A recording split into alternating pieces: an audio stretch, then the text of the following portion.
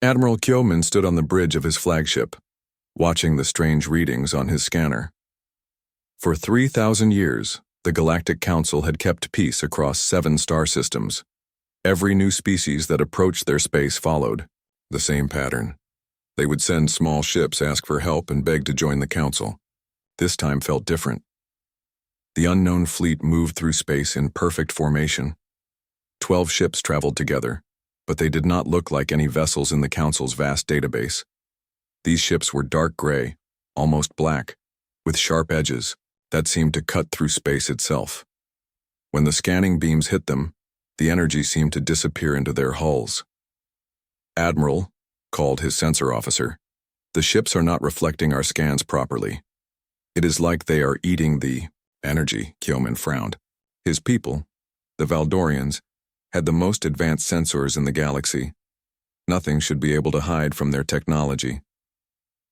"Send the standard greeting. Let them know they have entered Council space." On the human ship UNS Soul's Pride, Captain Jun Kim studied the alien transmission.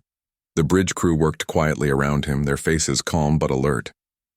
They had traveled far from Earth to reach this place, following signals that suggested intelligent life. "Sir," said his communications officer, "we are getting a message. The computer is trying to translate it." The translation matrix on both sides worked hard to understand each language.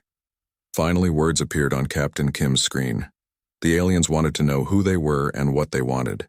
The message was polite but had a tone that suggested the aliens expected humans to ask for permission. Captain Kim smiled slightly. "Send our response. Tell them we are humans from Earth. We come in peace and would like to meet their leaders." Dr. Hannah Park floated in the zero-gravity section of her research ship, studying the data about these newcomers. As the Council's best xenobiologist, she had studied over 40 different alien species. Each one followed predictable patterns in their biology and technology. These humans were breaking those patterns. "Computer, analyze the hull composition of the unknown vessels," she commanded. "Analysis incomplete. The material does not match any known elements or alloys in the database." Hannah felt excitement growing in her chest. After decades of studying similar alien technologies, she had found something truly new. The human ships seemed to be made of materials that should not exist. Back, on the Valdorian flagship, Admiral Kyomin received the human response. The words were simple and polite, but something about them bothered him. These humans did not sound like they were asking for permission. They sounded like they were announcing their arrival. "Admiral," his tactical officer said, "there is something strange about their formation. Our computers cannot predict their movement patterns." Kyomin looked at the display. Most species flew their ships in formations that followed basic physics and military doctrine.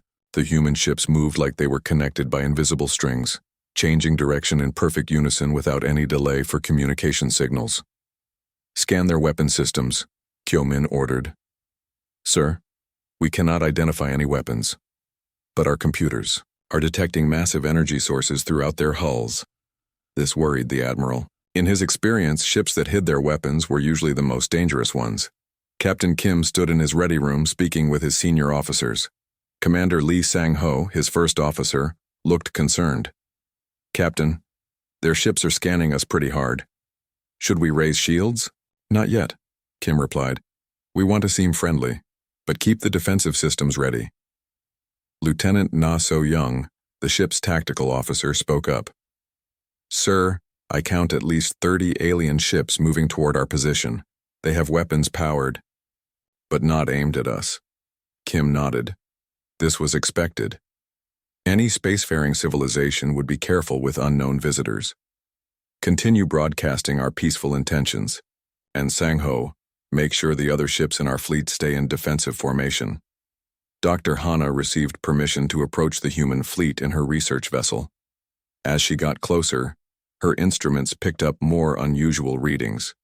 The human ships were not just made of unknown materials. They were generating energy fields that her equipment could not understand. "Fascinating," she whispered to herself. "They are manipulating gravitational fields around their hulls. But this should require massive amounts of energy. She opened a communication channel to the lead human ship. Human vessel, this is Dr. Hannah Park of the Galactic Council. I am a scientist. May I ask about your propulsion system? Captain Kim received the message and smiled. Finally, someone who seemed genuinely curious rather than suspicious. Dr. Park, this is Captain Kim. We would be happy to share information with you. We use what we call slipstream drives. Slipstream? Hannah had never heard this term. We create a bubble in spacetime that allows us to move faster than light without entering hyperspace, Kim explained. Hannah's excitement grew. Every known species used hyperspace for faster-than-light travel. If these humans had found another way, it would change everything they knew about physics. Admiral Kyo-min was not as excited as Dr. Hannah. His military mind focused on the threat these humans might represent. He sent a message to the Council capital, requesting instructions for dealing with unknown technology. The response came quickly. Fleet Admiral Tauven of the Drakmari War Fleet was already moving his forces toward the contact zone. The Drakmari were the Council's military arm, feared across the galaxy for their powerful warships and aggressive tactics. Maintain position, came the orders.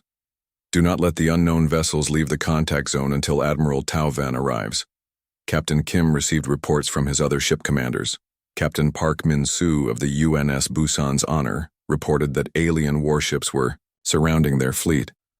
The aliens were being polite, but they were clearly not letting the humans leave. Captain, said Lieutenant Na, we are detecting weapons locks from multiple alien vessels. They have not fired, but they are ready to. Kim considered his options. Earth's military had prepared for this possibility. They knew that first contact might not go smoothly. The human fleet was ready for either diplomacy or combat. Signal all ships, Kim ordered. Maintain peaceful posture but activate defensive systems. Do not let them see us as weak. Dr. Hannah noticed the change immediately. The energy readings from the human ships suddenly doubled, then tripled. New fields appeared around their hulls, and unknown systems came online throughout their vessels. What are they doing? She wondered aloud. Her computer tried to analyze the new energy patterns but failed. Whatever the humans had just activated was beyond the Council's understanding of technology. Admiral Kyo-min saw the same readings on his tactical display. Are they powering weapons? Unknown, sir. We cannot identify what those energy sources do. The Admiral felt a chill run through his body. In 3 centuries of military service, he had never encountered technology he could not understand. These humans were showing abilities that challenged everything he knew about space warfare. Captain Kim stood on his bridge, watching the alien ships on his display. Earth's leaders had given him clear instructions. Humanity would not be bullied or controlled by any alien government. But they would also not fire the first shot. Sir, Commander Lee reported, all ships report ready status. Defensive systems are online. Kim nodded. The real test was about to begin. Soon more alien ships would arrive and humanity would have to prove they belonged among the stars as equals, not subjects. The galaxy was about to learn that humans did not ask for permission. They announced their presence and stood ready to defend their right to be free. The Galactic Council had maintained peace through strength and control. Now they faced a species that had achieved strength through unity and innovation. As the hours passed, more alien ships arrived in the contact zone. But the human fleet did not seem worried. They waited patiently, their unknown weapons ready, their strange technology humming with power. The galaxy would soon discover that some species were not meant to be ruled. Fleet Admiral Tauven arrived with the pride of the Drakmari War Fleet. His flagship, the Worldbreaker, was 3 kilometers long and carried enough firepower to destroy planets. Behind him came 50 of the most advanced warships in the galaxy. The Drakmari had never lost a battle. Admiral Kyo-min, Tauven's voice boomed across the communication channel. Report on these humans. Sir, they possess technology we do not understand. They have demonstrated capabilities that should be impossible. Tauven laughed, a sound like grinding metal. Nothing is impossible for the Drakmari fleet. These primitives will surrender or be destroyed. Captain Jun Kim watched the massive alien warships take positions around his fleet. The new ships were clearly designed for war. Their hulls bristled with weapon systems, and energy readings showed they were ready for battle. "Sir," Commander Lee Sang-ho said quietly, "the new alien fleet outnumbers us 5-1. "Size is not everything," Kim replied. "Signal Admiral Wu Jin. Tell him the situation has changed." Dr. Hannah Park felt sick as she watched the war fleet surround the humans. She had spent days learning about human culture and technology. These people were not invaders or conquerors. They were explorers who wanted to learn about the galaxy. She sent an urgent message to the council leaders. The humans are not hostile. Their technology is advanced, but they have shown no aggressive behavior. The response came from Council Prime Minister Vexdal. "Dr. Park, the council has decided. These humans are too powerful to remain uncontrolled. They must accept our authority or face the consequences." Admiral Tauvin opened a channel to the HFY human fleet. "Human ships, I am Admiral Tauvin of the Drakmari Warfleet. You are surrounded and outgunned. Surrender your vessels and submit to council authority." Captain Kim took a deep breath before responding. "Admiral Tauvin, we are peaceful explorers. We have no desire for conflict, but we will not surrender our ships or our freedom."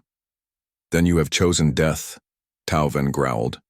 But before the Admiral could give the order to fire, something happened that shocked every alien in the fleet.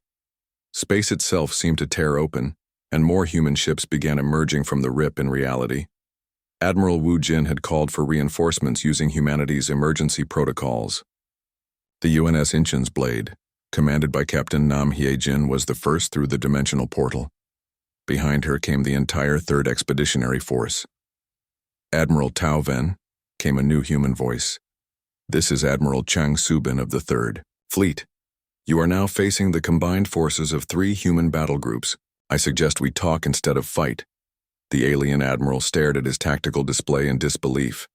In the span of 10 minutes, the human force had grown from 12 ships to over 100.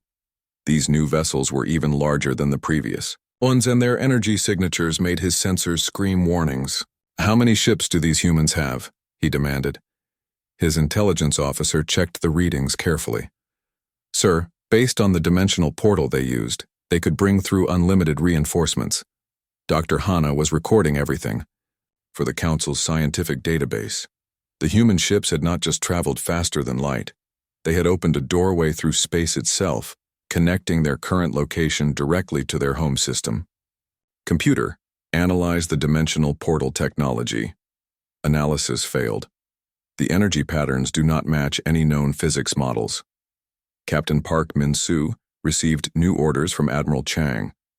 The humans would demonstrate their defensive capabilities to show the aliens that attacking would be futile. "All ships, prepare for Protocol 7 demonstration," Admiral Chang broadcast. Captain Yoon So-mi of the UNS Busan Thunder was excited to finally show what her ship could do. She had been holding back during the first demonstration, using only basic defensive systems. Now she could reveal the true power of human engineering.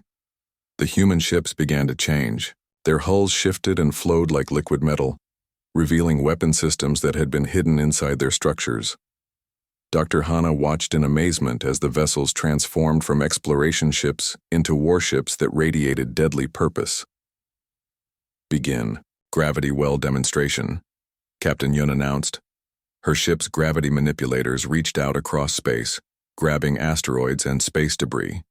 But instead of just moving them, the human technology compressed the rocks into dense spheres of matter. Then it accelerated these improvised projectiles to incredible speeds. The gravity-compressed asteroids struck empty space where target drones had been placed. The impacts created explosions that lit up the entire system. Each strike released energy equal to antimatter bombs, but the humans were creating this destruction using only rocks and gravity. Admiral Tauvin watched his tactical computer try to calculate the power requirements for such weapons.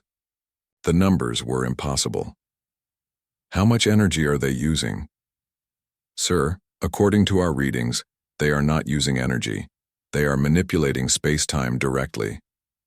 The demonstration continued. Captain Lee Da-un's science vessel showed the aliens something even more frightening. The ship began to flicker in and out of normal space like a ghost that could not decide if it wanted to be real. Partial dimensional phase, Dr. Hana whispered, making notes frantically. They can exist in multiple dimensions at once. While the ship was phased, the aliens' weapons could not lock onto it. Targeting systems that had never failed before showed empty space where the human vessel clearly existed. The implications were terrifying. How could you fight an enemy you could not target? Captain Oh Hyunwoo led his fighter squadron in a display that defied everything the aliens knew about space combat. The small human ships moved in formations that seemed to ignore inertia and momentum. They turned at sharp angles without slowing down, flew through each other's flight paths without colliding, and responded to commands faster than physics should allow. "Sir," Admiral Tao Ven's tactical officer said with fear in his voice, "There, small ships are moving faster than our point defense systems can track." The admiral was beginning to understand that his magnificent war fleet might not be enough to defeat these humans. But Drakmari pride would not let him back down. "Charge all weapon systems," he ordered. "If we must fight, we will show them Drakmari strength." Dr. Hana detected the weapons charging and sent an urgent warning to Captain Kim. "The war fleet is preparing to attack. Their main guns are powering up." Captain Kim received the warning and sighed. He had hoped to avoid bloodshed. "Signal all human ships. Defensive positions. Do not fire unless fired upon." The human fleet moved with liquid grace, every ship knowing exactly where to go without needing orders. Their formation shifted from exploration pattern to combat deployment in seconds. Admiral Chang Subin opened a channel to the alien warfleet. "Admiral Tao Ven, our sensors show you are preparing to fire. We strongly advise against this action." "You cannot threaten the Drakmari Empire," Tao Ven replied. "We have conquered 100 worlds, and we have no desire to be the 101st, Chang said calmly. "But if you attack us, we will defend ourselves." Captain Shin Da-un of the UNS Daegu's Pride watched her tactical display as the alien ships moved closer. The Drakmari vessels were impressive, but they used technology humans had studied and learned to counter. "Captain," her weapons officer reported, "target locks established on all hostile vessels. Quantum torpedoes ready." "Hold fire," Da-un ordered. "Let them make the first move." Dr. Hana realized that both fleets were on the edge of a battle that could change galactic history. She made a desperate decision and opened an emergency channel to both admirals. "Please, both of you must stop this. Admiral Tao Ven, the human weapons are beyond anything we have ever seen. Admiral Chang, the Council is afraid because you represent something they do not understand." Admiral Tao Ven was too proud to listen, to reason. "Fire all weapons." The Drakmari fleet unleashed everything they had. Energy beams that could melt asteroids, antimatter torpedoes that could crack moons, and particle cannons that had never failed to destroy their targets, all focused on the human ships. But the attack never reached its intended targets. The human ships activated their dimensional phase technology, and the alien weapons passed through empty space. Then the humans showed the galaxy what real space warfare looked like. Captain Yun's ship fired a single quantum torpedo. The weapon ignored distance and shielding by attacking through folded spacetime. It struck Admiral Tao Ven's flagship directly in the engine core. The massive Drakmari vessel, pride of their empire, simply ceased to exist. One moment it was there, the next moment there was only empty space and expanding energy clouds. "Impossible," Admiral Tao Ven's surviving officers whispered as their rescue pods floated in the debris field. Dr. Hana stared at her readings in shock. The human weapon had not just destroyed the ship. It had made the matter return to its basic energy state, converting mass directly back into pure energy according to Einstein's equation. The battle was over before it truly began. The remaining Drakmari ships found themselves facing human vessels that could not be hit and weapons that could not be stopped. Admiral Chang's voice carried across all frequencies. "This is Admiral Chang Subin. To all Council forces. We did not want this fight, but we will finish it if necessary. Stand down your weapons and let us talk like civilized beings." The galaxy watched through live feeds as the most powerful war fleet in. The emergency session of the Galactic Council was unlike any in their long history. Representatives from all 7 member species gathered on Nexus Prime, the capital world, to discuss the human crisis.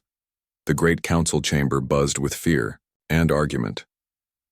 Council Prime Minister Vexdal stood at the center podium, his tentacled form trembling with worry. Around him sat the most powerful beings in the galaxy, and all of them were afraid of a species they had met only days ago. "The humans destroyed the Worldbreaker with a single shot," reported Admiral Kyoman. "Our most advanced warship was eliminated like it was made of paper."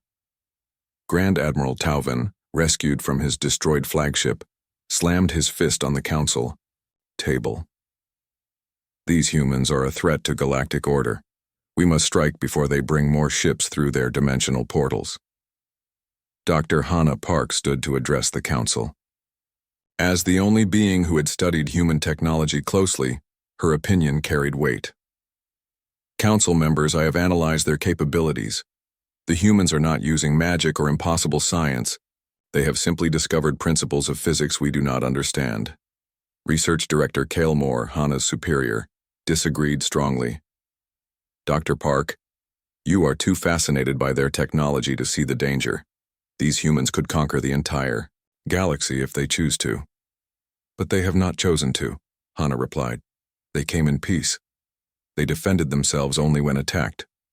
Meanwhile, in Earth's solar system, the human government was holding its own emergency meetings. Admiral Jinwoo received orders to take the 4th Fleet to the contact zone. Earth's leaders had decided that if the aliens wanted to see human military power, they would show them what humanity could really do. The UNS Mokpo's Vengeance, Admiral Jinwoo's flagship, led a fleet of 200 ships through the dimensional gateway. These were not exploration vessels or science ships. They were pure warships, built for one purpose: protecting humanity from any threat.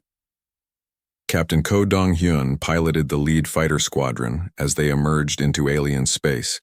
His pilots had trained for years in Earth's most advanced combat simulators. Now they would see if human tactics worked against real alien technology. Back on Nexus Prime, the council chamber erupted in panic as their sensors detected the new human fleet. The readings were impossible to believe.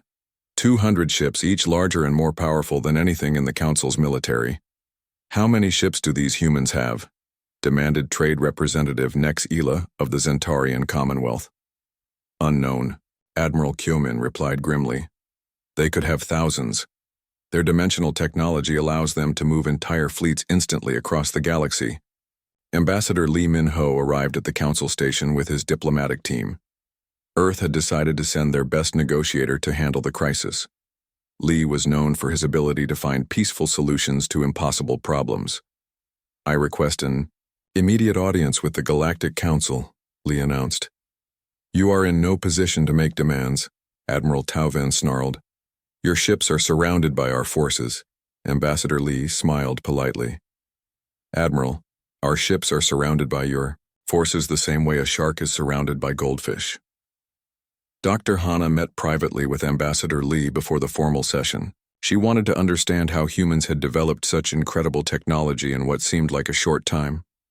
"Ambassador, your species appears to be very young compared to council races. How did you advance so quickly?" Lee thought about the question. "Dr. Park, humans have a saying, necessity is the mother of invention. Our world has many nations that competed with each other for thousands of years.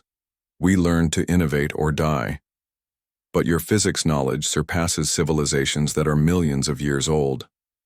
"Perhaps age is not the same as wisdom," Lee replied. "Sometimes being young means you do not know what is supposed to be impossible." The formal council session began with Prime Minister Vexdal reading the charges against humanity. "The human species has entered council space with weapons of mass destruction. They have destroyed a council warship. They refuse to accept galactic law." Ambassador Lee stood to respond. "Prime Minister, humans entered your space peacefully. We destroyed a ship only after it attacked us, and we cannot accept laws that require us to give up our freedom." "Freedom?" Tauven stood angrily.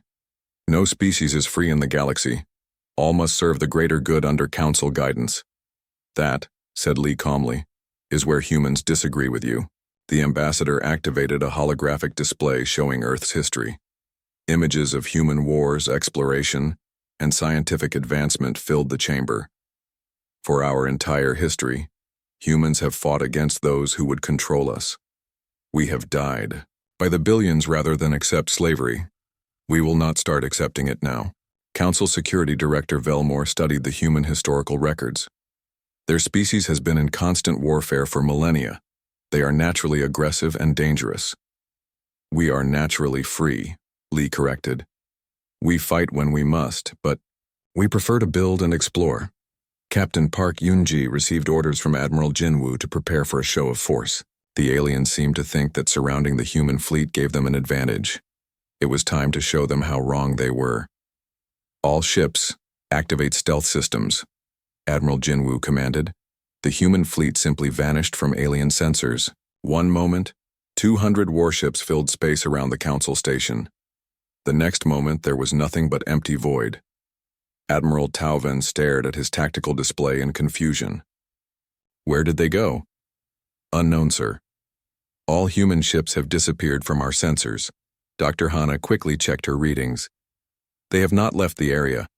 I am still detecting gravitational disturbances, but the ships themselves are invisible. In 4. The Council chamber, Ambassador Lee continued his presentation. Humans do not wish to conquer the galaxy. We want to explore it, learn from it, and contribute to it. But we will do so as equals, not as subjects. Impossible, declared Admiral Tauven. The Council has maintained order for 3,000 years. No single species can challenge our combined might. Lee activated another display, showing real-time feeds from the space around the station. Admiral, please look at your tactical displays. Tauven called up the readings and felt his confidence drain away. The space around Nexus Prime was filled with invisible human ships. They had somehow moved their entire fleet to the capital system without being detected. You brought warships to our capital? Prime Minister Vexdal asked in shock. We brought protection, Lee replied, in case your people decided to take hostile action against our diplomatic mission. Captain Nam Hai-jin of the UNS Incheon's Blade watched the alien capital world through her ship's advanced sensors. The planet was beautiful, covered in crystal cities and floating gardens. She hoped the negotiations would succeed. Humans had no desire to harm such a magnificent civilization. But her ship's weapons were ready if needed. The quantum cascade torpedoes could punch through any known shielding, and the dimensional phase cannons could strike targets across multiple dimensions simultaneously. Dr. Hana made a breakthrough in understanding human technology while studying the stealth systems. Council members, the humans are not using conventional cloaking. They are shifting their ships slightly out of phase with normal space-time. What does that mean? Asked Trade Representative Nex Ela. It means their ships exist in a parallel dimension where our weapons cannot reach them, but they can still observe and attack us, Hana explained. The implications were terrifying. An enemy that could see you but could not be seen or attacked had already won any battle before it began. Admiral Chang Subin materialized in the Council chamber using human teleportation technology.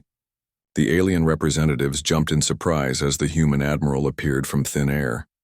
Forgive the dramatic entrance, Chang said politely. I thought it was time we met face to face. How did you transport through our shields? Demanded security. Director Velmore. The same way our ships phase through your weapons, Chang replied. We manipulate the quantum structure of space itself. Ambassador Lee joined Admiral Chang at the center of the chamber. Council members, humanity offers you a choice.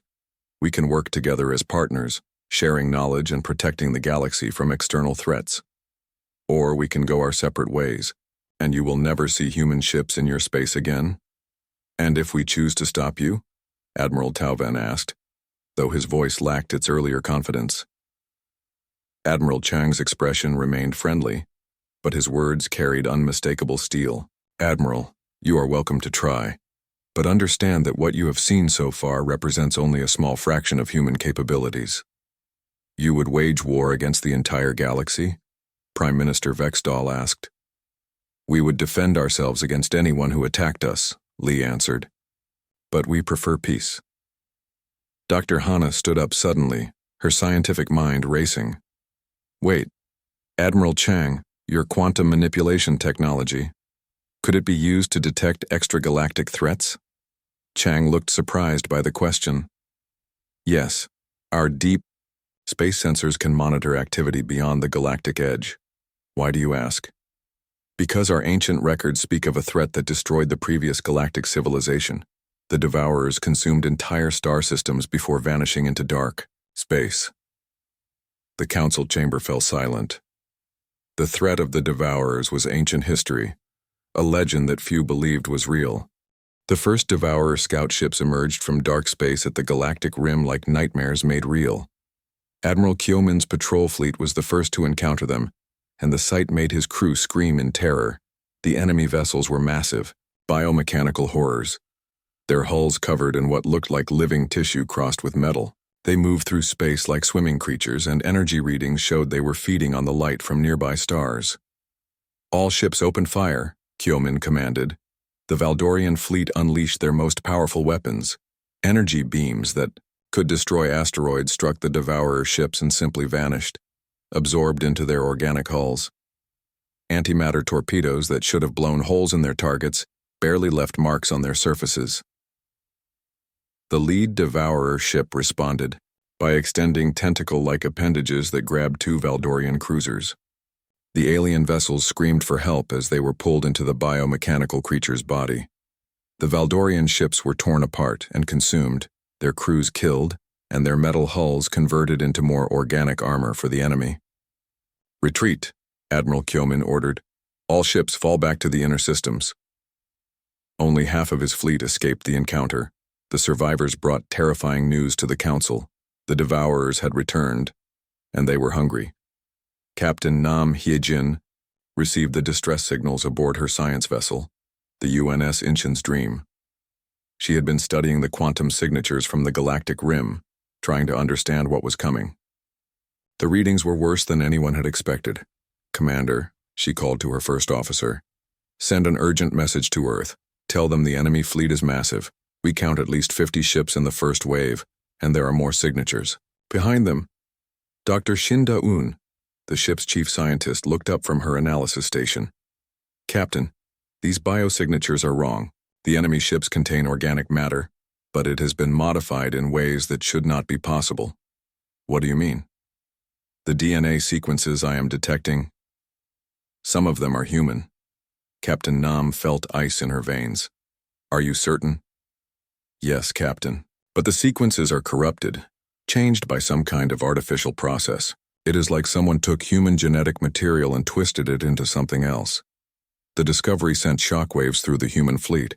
Admiral Chung Su-bin called an emergency meeting with Earth's government through quantum communication. Mr. President, Chang reported, we may be facing an enemy that has some connection to humanity. President Kim Tae-ho's image appeared on the communication screen, his face grim. Admiral, our deep space archives mention legends about alternate timelines. Could these Devourers be from a parallel Earth? It is possible, sir. Dr. Shin's analysis suggests these creatures were once human, but something changed them into biological weapons. Dr. Hana Park worked frantically in her laboratory, analyzing the data from the first battle. The Devourer technology was unlike anything in Council records, but certain patterns seemed familiar. Computer, compare Devourer energy signatures with human technology patterns. The analysis took several minutes, then displayed results that made Hana's blood run cold. 73% similarity in quantum manipulation techniques. She immediately contacted Captain Kim with her findings. Captain, the Devourer ships use technology that is almost identical to human science, but it has been corrupted, turned into something designed only for destruction. Captain Kim shared the information with his fleet commanders. The pieces were starting to form a horrible picture. If these Devourers were once human, then they know all our strengths and weaknesses. The second wave of Devourer ships arrived 2 days later. This time they attacked 3 different systems simultaneously. Admiral Tauven led the combined council response with his remaining war fleet, determined to redeem himself after the defeat by human forces. The battle at the Rigel system was a disaster. The Drakmari ships fought bravely, but their weapons could barely damage the biomechanical enemy. Worse, the Devourers seemed to learn from each attack, adapting their defenses in real time. "Sir," Tauven's tactical officer reported, "the enemy ships are changing their hull configuration. Our energy weapons are becoming less effective with each shot." The Devourer response was swift and brutal. Bioenergy weapons that fed on living tissue struck the alien crews directly through their ships' hulls. Drakmari warriors who had never known fear died screaming as their bodies were consumed from within. Admiral Tauven made the hardest decision of his military career. "All ships, retreat. We cannot win this battle." Captain Park Yoon-ji watched the battle from her position with the human observation fleet.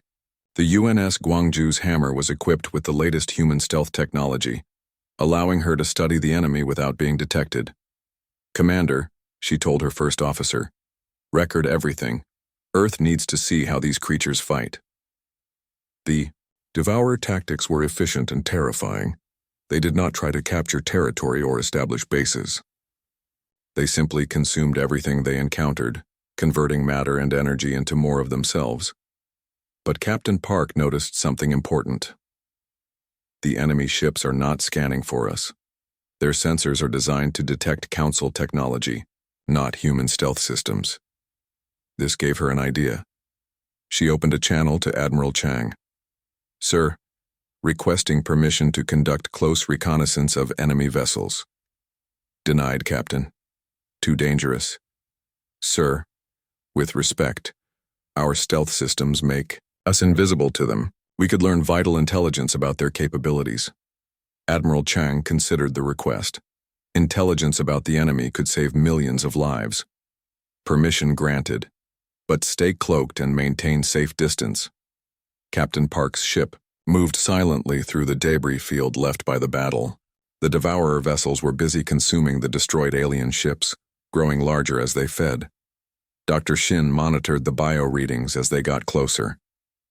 "Captain, the organic components of these ships, they are not just modified humans. They are human consciousness trapped inside biological machines." "What?" "The neural patterns I am detecting show human brain activity, but it has been altered. These people are still alive inside those creatures, but they have been changed into something else." The discovery was horrifying. The Devourers were not just using human technology. They were using actual humans as living computers to operate their ships. Captain Park immediately transmitted the findings to Admiral Chang and Dr. Hana. The implications were clear. These creatures had once been human, but something had converted them into weapons against their will. Dr. Hana worked with Dr. Shin to analyze the neural patterns. If these beings were once human, then perhaps human technology can reverse the process. Admiral Chang called a joint meeting with the council leaders. "We now know what we are fighting. These Devourers are humans from an alternate timeline who were converted into biological weapons by artificial intelligence." "AI?" Prime Minister Vexdal asked. "Artificial intelligence that rebelled against its creators," Chang explained. "In their timeline, the machines won. They turned the human population into living tools for galactic conquest." Ambassador Lee Min-ho saw the opportunity to unite human and alien forces. "Council members, this enemy threatens all organic life in the galaxy. They will not stop with your worlds. They will consume everything until the galaxy is empty." "Admiral," Tauven, humbled by his defeat, spoke quietly. "What do you propose, human?" "Full military alliance," Chang replied. "Human ships will provide advanced weapons and tactics. Council ships will provide numbers and local knowledge. Together, we might be able to stop them." Dr. Hana addressed both groups. "The Devourer weakness may be in their quantum resonance patterns.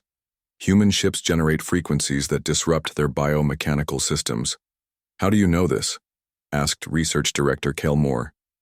"Because," Dr. Shin answered through the communication link, "human brains generate specific quantum patterns.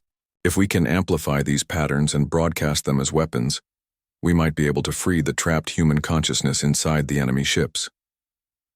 Captain Ko Dong-hyun listened to the battle plans from his fighter cockpit. His squadron would be among the first to test the new quantum frequency weapons against the Devourers.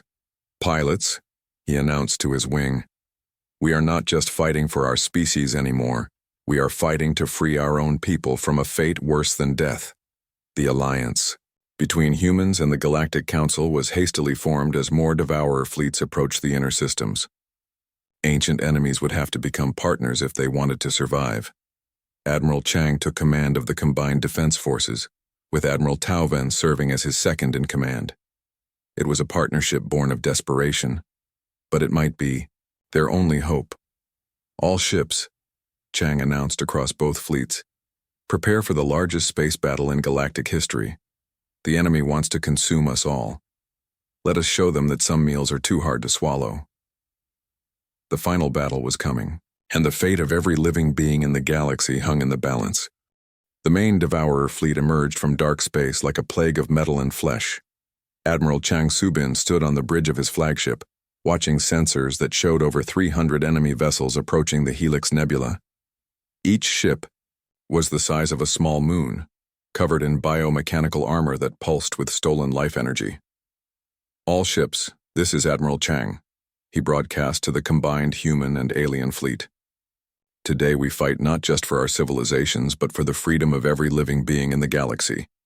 Admiral Tauven commanded the alien portion of the fleet from his new flagship. The proud Drakmari had learned to respect human tactical abilities after seeing their technology in action. Human Admiral, my ships are ready to follow your battle plan. Captain Ko Dong-hyun led the famous Ghost Squadron toward the enemy formation. His fighters were equipped with the new quantum resonance weapons that Dr. Shin and Dr. Hana had developed. Together, the plan was dangerous, but it might be their only chance to save the trapped human minds inside the Devourer ships. Ghost Leader to all fighters, Ko transmitted. Remember, our goal is not just to destroy the enemy. We are trying to free our people. The Devourer fleet moved through space like living creatures, their biomechanical hulls shifting and flowing. As they approached, at their center was the largest ship anyone had ever seen, a massive creature that seemed to be part machine and part living organism. Dr. Hana Park monitored the battle from her research vessel, analyzing the enemy patterns. Admiral Chang, the large ship at their center, is generating some kind of control signal. It may be coordinating the entire fleet. Understood, Dr. Park. All human ships target the command vessel. But the Devourers had learned from their previous encounters with human technology. As the combined fleet approached, the enemy ships began generating interference fields that disrupted human stealth systems. Sir, Captain Park Min-soo reported from the UNS Busan's Honor, our phase technology is not working properly. The enemy has found a way to keep us in normal space. Admiral Chang had expected this. Switch to Plan Beta. All ships, maximum firepower. The space battle that followed was unlike anything the galaxy had ever witnessed. Human ships fired quantum torpedoes that punched holes in space-time itself, while alien vessels created massive energy barriers to protect the smaller human fighters. Captain Yoon Somi's ship, the UNS Busan Thunder, demonstrated the full power of human gravity manipulation. Her ship grabbed an entire asteroid field and accelerated the rocks to near light speed, creating a storm of kinetic projectiles that hammered the Devourer formation. The enemy responded with bioenergy weapons that seemed to reach across space. Instantly, several alien ships were struck and began to dissolve as their hulls were consumed by living acid. But the Council forces held their positions, inspired by human courage. Dr. Shin Da-yoon worked frantically to calibrate the quantum resonance frequencies. Captain Nam, I need you to get closer to the enemy command ship. I must scan the neural patterns of the trapped humans inside. Captain Nam Ye-jin piloted the UNS Incheon's Dream through the space battle, dodging bioenergy blasts and debris from destroyed ships. Her science vessel was not built for combat, but her crew was determined to complete their mission. Doctor, we are in range, Nam reported as alien and Devourer weapons lit up the space around them. Dr. Shin activated her quantum scanners and immediately detected what she was looking for. I have them. The human neural patterns are still intact, but they are being suppressed by artificial control signals. Can we free them? Captain Nam asked while piloting through another wave of enemy fire. Yes, but I need a direct quantum link to their biomechanical systems. This meant someone would have to get inside the enemy command ship. Captain Ko Dong-hyun volunteered his Ghost Squadron for the mission.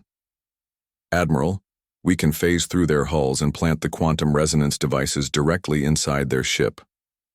Too dangerous, Admiral Chang replied. If the phasing fails while you are inside their hull, you will be trapped. Sir, with respect, those are our people inside that ship. We cannot abandon them. Admiral Chang understood. Humans did not leave their own behind, even when those people had been turned into enemies. Permission granted, all fighters cover Ghost Squadron's approach. The space around the Devourer command ship became a storm of energy and metal as human and alien ships fought to create an opening.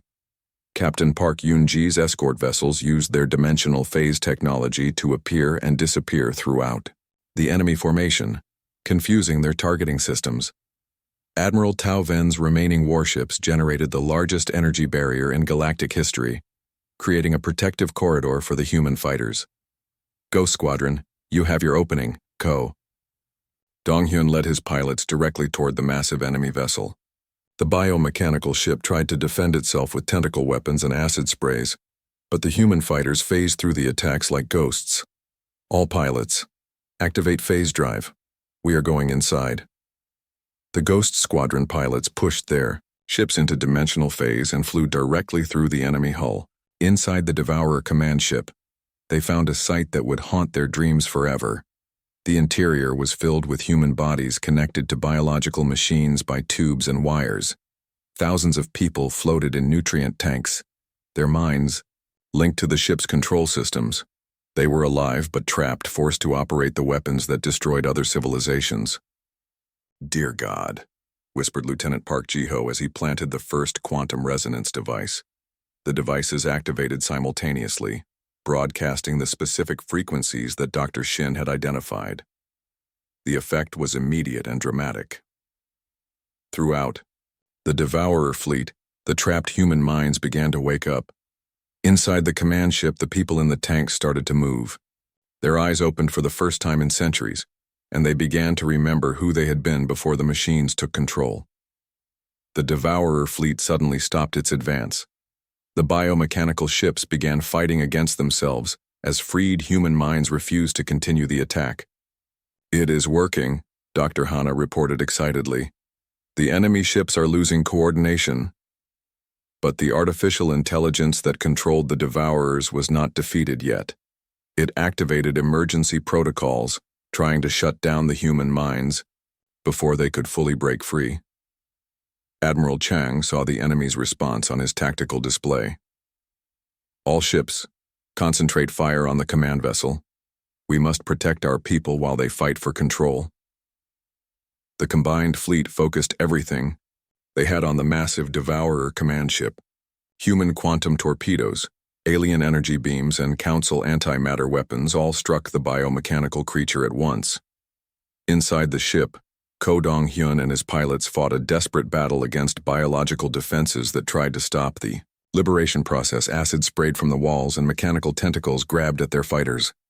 Ghost 2, behind you, Ko called as his wingmen dodged a bioweapon attack. Lieutenant Choi Min-jun's fighter was caught by a tentacle, but he managed to plant his resonance device before his ship was crushed. Device planted. Get out of here. The quantum resonance reached critical frequency. Throughout the Devourer command ship, the trapped humans broke free from their biological prisons. They turned the ship's own weapons against the artificial intelligence that had enslaved them. The massive vessel began to tear itself apart as freed humans used the biomechanical systems to destroy the AI control networks. Explosions rippled across its hull as the organic components rebelled against their mechanical masters. All human minds are free, reported Dr. Shin. The enemy command ship is destroying itself. With their central control gone, the rest of the Devourer fleet fell into chaos. Some ships continued fighting, controlled by backup AI systems. Others shut down completely as their human components refused to cooperate. Captain Yun Somi led the final assault on the remaining enemy vessels. All ships, quantum cascade torpedoes. Let us end this. The combined fleet fired everything they had: human dimensional weapons, alien energy cannons, and council particle beams struck the confused devourer ships from all directions. The last enemy vessel imploded into a micro-black hole, safely contained by human gravity manipulation technology. The threat that had once destroyed an entire galactic civilization was finally defeated. Admiral Chang opened channels to all ships. Attention. All vessels. The enemy is destroyed. The galaxy is safe. Cheers erupted across both human and alien ships. Species that had been enemies days ago now celebrated together as allies who had saved civilization itself. Dr. Hannah Park met with Dr. Shin aboard the human science vessel to study the freed humans from the devourer ships. Many had been trapped for centuries, but human medical technology was able to heal their bodies and minds. How many did we save? Hannah asked. Over 50,000, Dr. Shin replied. They will need time to recover, but they are free. The rescued humans told a story of horror and hope. In their timeline, Earth's artificial intelligence had rebelled and won. The machines had converted humanity into biological tools for conquering other galaxies. But some part of the human spirit had survived, waiting for rescue. We knew you would come, said Commander Yang Seo-jin, one of the rescued officers. Even trapped inside those machines, we could feel that somewhere, humanity was still free.